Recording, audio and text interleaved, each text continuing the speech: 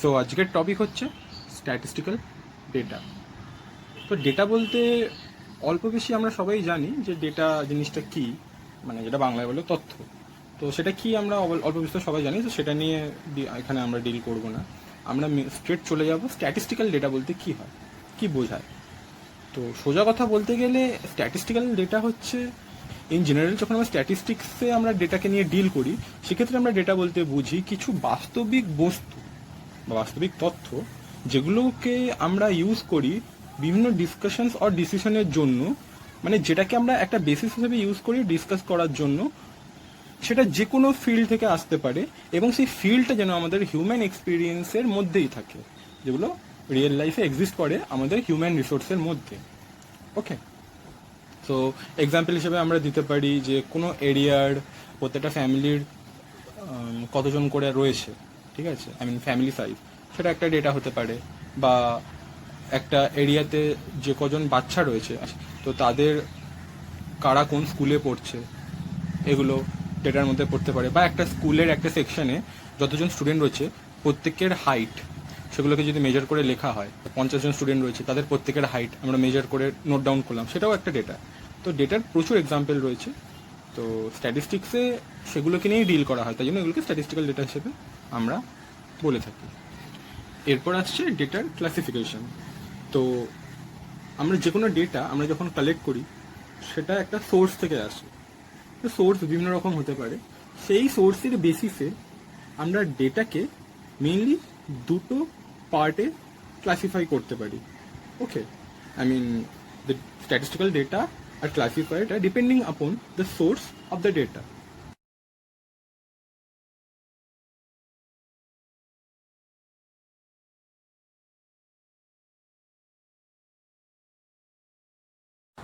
So দু রকমের data রয়েছে সোর্সের উপর ভিত্তি করে, একটা হচ্ছে প্রাইমারি ডেটা আর একটা হচ্ছে সেকেন্ডারি ডেটা।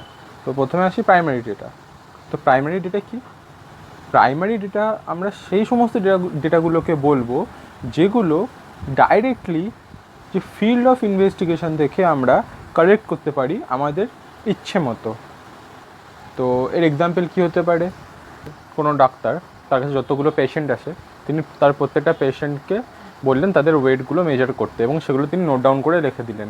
তো বা এরকম হতে পারে যে একটা স্কুলে যতজন স্টুডেন্ট আছে প্রত্যেকটা স্টুডেন্টের হাইট কত সেটাকে মেজার করে স্কুলের রেকর্ডে লেখা, এটাও প্রাইমারি ডেটার এক্সাম্পল। এরকম টাইপের যত রকম ডেটা হয় সেগুলো সব প্রাইমারি ডেটার এক্সাম্পল। তো এরপর আসি আমরা সেকেন্ডারি ডেটাতে। তো সেকেন্ডারি ডেটা কি? সেকেন্ডারি ডেটা বলতে আমরা সেই সমস্ত ডেটাগুলোকে বুঝি যেগুলো অলরেডি কোনো না কোনো এজেন্সির কাছে কালেক্ট করে আগে থেকে করে রাখা হয়েছে এবং ডেটাগুলোকে তারা কম্পাইল করে বিভিন্ন রকম বা ক্যালকুলেশন করে রেখে দিয়েছে, এবং আমাদের যখন দরকার হবে আমরা সেই সমস্ত এজেন্সির কাছে যাব এবং ডেটাগুলোকে আমরা আমাদের ইচ্ছা মতো কালেক্ট করে নিয়ে আসবো। অর্থাৎ এর থার্ড পার্টি আমরা কোনো সোর্স থেকে যখন আমরা কোনো ডেটাকে কালেক্ট করব সেটা হবে সেকেন্ডারি ডেটা। এর এক্সাম্পল কী হতে পারে না, কোনো সেন্সাস হয়, যে সেন্সাস হওয়ার পরে যে রিপোর্ট বেরোয় যে এখানকার পপুলেশন এত, সেখানকার পপুলেশন তত, তো সেইগুলোকে যদি আমরা নিয়ে আবার তার উপর আমরা বিভিন্ন রকম স্ট্যাটিস্টিক্যাল অ্যানালিসিস করতে পারি, তো সেটাও এক রকমের স্ট্যাটিস্টিক্যাল সেকেন্ডারি ডেটার এক্সাম্পল। বিভিন্ন রকম ডেটা মানে প্রাইমারি ডেটা আর সেকেন্ডারি ডেটা, প্রত্যেকটা ডেটার অ্যাডভান্টেজ অ্যান্ড ডিসঅ্যাডভান্টেজ মানে মেরিট অ্যান্ড ডিমেরিট থাকেই। তো প্রথমে চলে যাই প্রাইমারি ডেটার ক্ষেত্রে।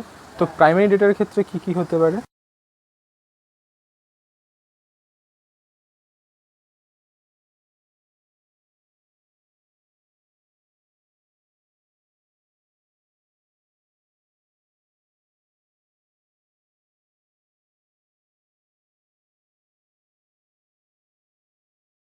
রিলায়েবিলিটির মধ্যে হচ্ছে যে প্রাইমারি ডেটাগুলো যেহেতু আমরা ডাইরেক্টলি ফিল্ড অফ ইনভেস্টিগেশন ও ডাইরেক্টলি সার্ভে করার ফলে আমরা ডেটাগুলোকে পাচ্ছি, তো ডেটাগুলো হচ্ছে অরিজিনাল ইন নেচার অ্যান্ড তাই জন্য ডেটাগুলো আমরা ইউজ করতে পারি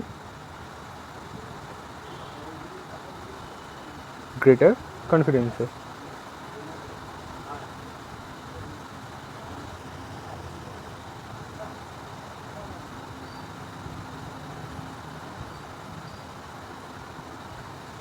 so 1 number point, 2 number. And the second thing হচ্ছে মেজার কন্ট্রোল। মেজার কন্ট্রোল হিসেবে আমরা কি বলতে পারি না, যেহেতু আমরা নিজেরা সার্ভে কন্ডাক্ট করে বা নিজেরা ডাইরেক্টলি সোর্স থেকে আমরা ডেটাকে কালেক্ট করছি, তো সেক্ষেত্রে আমরা ডেটার যে কভারেজ মানে ডেটাটাকে আমরা কত দূর অবধি নেব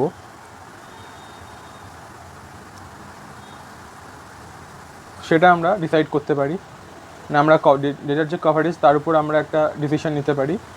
অ্যান্ড আমরা ডেটাটাকে কীভাবে কালেক্ট করব,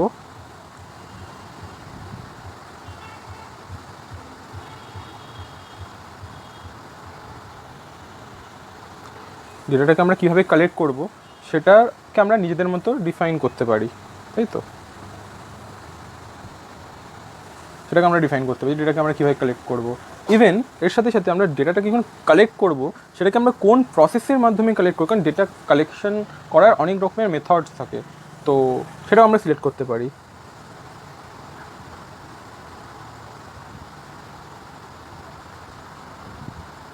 তো এই 3টে পয়েন্ট আমরা ডেটার মেরিটসে পাবো প্রাইমারি ডেটার ক্ষেত্রে মেজার কন্ট্রোলের আন্ডারে।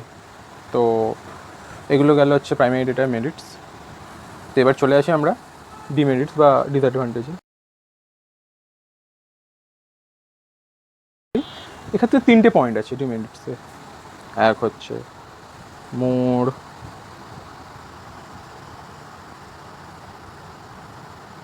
more manpower, second thing more money, তিন হচ্ছে more time।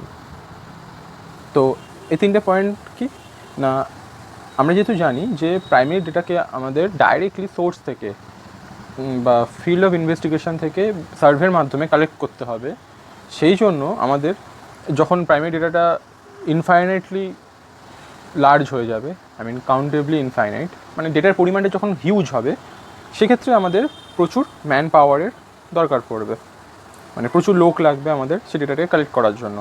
এবার যখনই আমাদের প্রচুর লোক লাগবে সেই ডেটা কালেক্ট করার জন্য, অবভিয়াসলি কোনো লোক ফ্রিতে কোনো কাজ করে দেবে না, তার জন্য আমাদের প্রচুর টাকারও প্রয়োজন হবে তাদেরকে স্যালারি দেওয়ার জন্য। সো এই দুটো পয়েন্ট গেল। এবার যেহেতু আমরা বললাম যে ডেটার পরিমাণটা যখন হিউজ হয়ে যাবে, হিউজ অ্যামাউন্ট অফ ডেটা যখন আমাদের কালেক্ট করতে হবে, সেক্ষেত্রে যতই ম্যান পাওয়ার বা যতই তুমি টাকা খরচা করো, মানে মানি খরচা করো, তোমার টাইমটাও একটা ফ্যাক্টর হয়ে যাবে, টাইমটাও লাগবে। তাই জন্য প্রাইমারি ডেটা কালেক্ট করার ক্ষেত্রে আমাদের 3টে অসুবিধার সম্মুখীন হতে হয়। এক হচ্ছে মোর ম্যান পাওয়ার, মোর মানি, মোর টাইম। তো এবার আসি আমরা সেকেন্ডারি ডেটার ক্ষেত্রে। সেকেন্ডারি ডেটার ক্ষেত্রে কী কী আছে মেরিটসে? সেকেন্ডারি ডেটার ক্ষেত্রে মেরিটস হচ্ছে ঠিক প্রাইমারি ডেটার ডিমেরিটসগুলোর উল্টো। Less man power,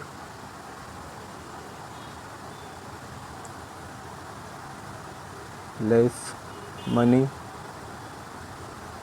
and less time। কারণ সেকেন্ডারি ডেটাটা যেহেতু আমরা কোনো থার্ড পার্টি বা কোনো এজেন্সির কাছ থেকে আমরা কালেক্ট করছি, যাদের কাছে ডেটাটা আগে থেকেই কালেক্ট করে রাখা ছিল, সুতরাং সেক্ষেত্রে আমাদের নিশ্চয়ই যতই ডেটা লাগুক না কেন আমরা 10-12 জনকে তো নিয়ে যাব না, যে কোনো একজন গিয়ে সেই ডেটাগুলোকে নিয়ে চলে আসবে তাদের কাছ থেকে। সুতরাং লেস ম্যান পাওয়ার আমাদের দরকার সেকেন্ডারি ডেটার জন্য। সেকেন্ড হচ্ছে লেস মানি।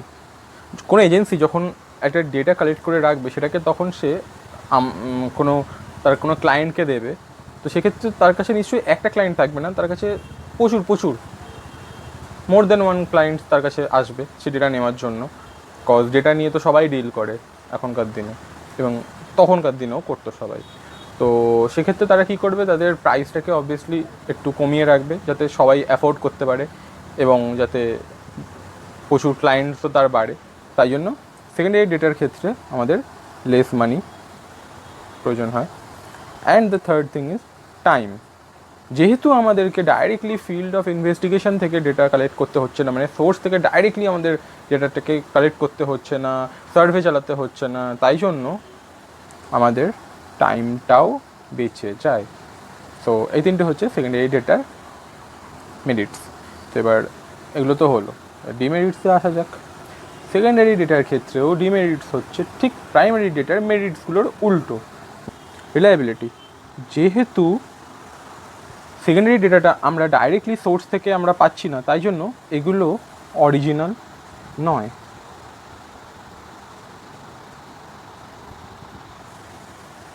তাই জন্য ডেটাগুলোকে আমরা গ্রেটার কনফিডেন্সের সাথে ইউজ করতে পারি না।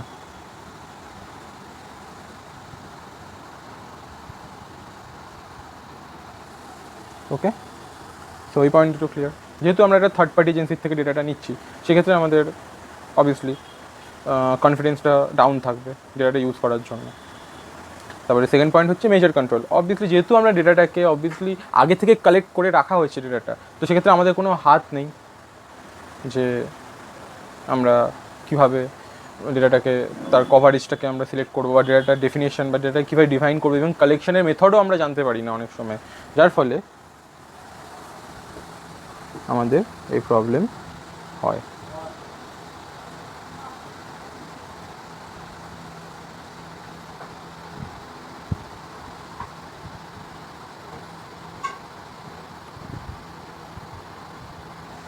এরপর আসে একটা পয়েন্ট, সেটা হচ্ছে এরর্স। এরর্স কি? যখনই আমরা কোনো থার্ড পার্টি থেকে ডেটাটা কালেক্ট করছি, তো তারা তো অবভিয়াসলি তার আগে ডাইরেক্টলি হয়তো কোনো সোর্স থেকে ডেটাটাকে কালেক্ট করেছে, তো সেক্ষেত্রে তারা নিজেদের ইচ্ছা মতো বিভিন্ন রকম অ্যালজেব্রিক বা অ্যারিথমেটিক বিভিন্ন রকম মেথডস অ্যাপ্লাই করে ডেটাটাকে তারা আইদার শর্টেন করেছে, বা ডেটাটাকে হয়তো তারা একটা অন্যরকম একটা ফিগারে এনেছে। সে যেমন হয়তো তারা রাউন্ডিং অফ করেছে ডেটাটাকে, মানে যদি হয়তো ভ্যালু এসে থাকে কোনো ক্ষেত্রে 33.73, সেটাকে হয়তো তারা 34 করে দিয়েছে, বা এসে হয়তো কারোর ওয়েট 63.98, সেটাকে তারা করে দিয়েছে 64, সেক্ষেত্রে একটা এরর আসে। এটা হচ্ছে একটা পয়েন্ট। সেকেন্ড পয়েন্ট হচ্ছে ট্রান্সক্রিপশনের জন্য।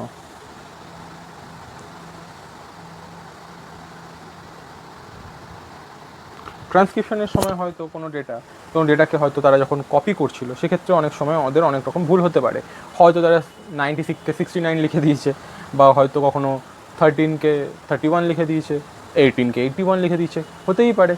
তো সেক্ষেত্রে এই প্রবলেমগুলোও আসে সেকেন্ডারি ডেটার ক্ষেত্রে, যার ফলে এই দুটো প্রবলেমের জন্যই, এই এররগুলো থাকার জন্যই আমরা এই সেকেন্ডারি ডেটা উপর রিলায়েবিলিটি ফ্যাক্টরটা চলে আসে, যেহেতু রিলায়েবল হতে পারে না।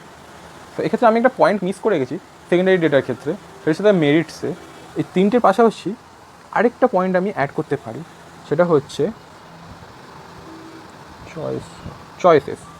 চয়েসেসটা কি? যেহেতু আমরা কোনো এজেন্সির কাছ থেকে ডেটাগুলো কালেক্ট করব, তো নিশ্চয়ই মার্কেটে একটা মাত্র এজেন্সি থাকবে না যে এরকম ডেটা প্রোভাইড করবে, ওর মতো এরকম কয়েকশো হাজার থাকতেই পারে, মোর দ্যান ওয়ান। তো আমাদের কাছে একটা চয়েস থাকে যে আমরা এ এজেন্সির কাছ থেকে ডেটা নেব, না বি এজেন্সির কাছ থেকে নেব, না সি এর কাছ থেকে নেব, না এক্স ওয়াই জেড, অনেক এজেন্সি রয়েছে। তো সেক্ষেত্রে আমাদের কাছে চয়েস যেটা রয়েছে ডেটার, সেটা আমাদের বেড়ে যায়, যার ফলে আমাদের সেকেন্ডারি ডেটা যেখান থেকে খুশি আমরা কালেক্ট করে আমাদের কাজে লাগাতে পারি।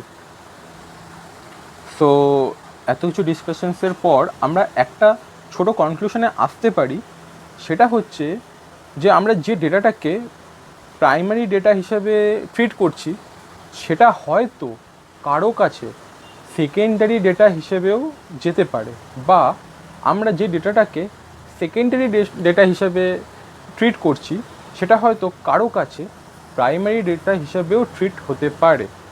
তো যার ফলে প্রাইমারি ডেটা আর সেকেন্ডারি ডেটা যেটা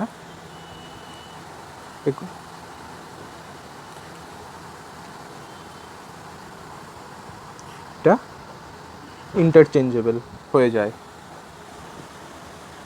And if you like that video, then like and let me know in the comment section if there is any suggestions. You can share my video, and keep watching, keep learning, stay home, stay safe. Bye.